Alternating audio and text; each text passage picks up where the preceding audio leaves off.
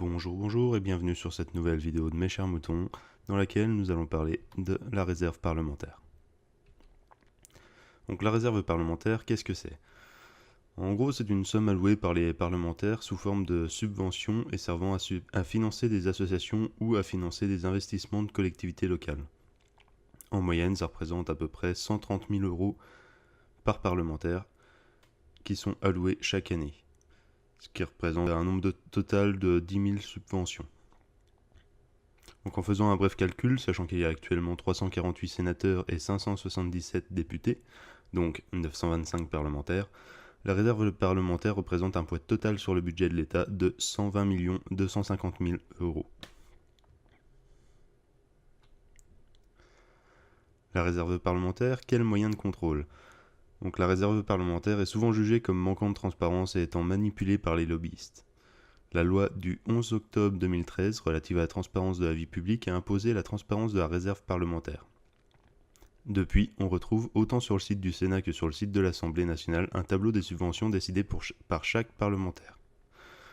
Donc j'ai mis ici les deux liens qui envoient vers les tableaux des subventions autant de l'Assemblée nationale que vers le Sénat. Par exemple, pour l'Assemblée nationale, voilà la réserve parlementaire, comment elle a été attribuée. Donc on peut retrouver sur ce site les différents bénéficiaires, les montants qui ont été alloués, les députés qui ont demandé la subvention et les départements de ces députés ou des associations. Donc si on regarde un petit peu, on a des subventions par exemple de 1 000 € et la plus grosse subvention c'est 38 000 € mais pour 38 associations.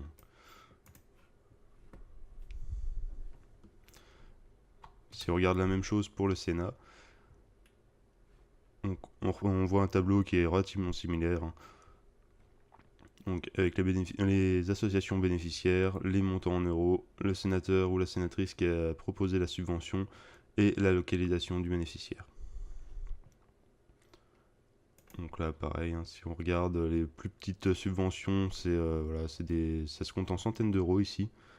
Donc pour des départements un petit peu français et tout ça. Et les plus grosses subventions, voilà, par exemple 250 000 € pour Paris, pour la ville de Paris. Donc c'est vraiment des montants qui peuvent être assez disparates et on peut retrouver du coup le détail de chaque sénateur, etc.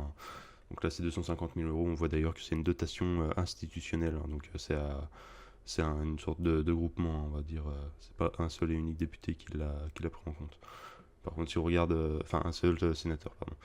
Par contre si on regarde pour le premier sénateur tout seul, donc qui fait pas partie forcément d'un groupe, c'est ici, voilà, 149 712 €.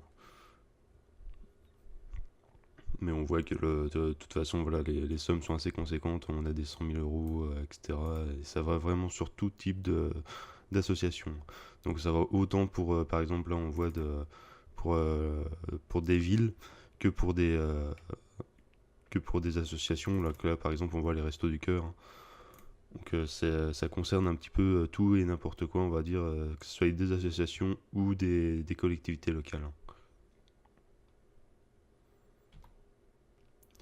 La réserve parlementaire, quel avenir?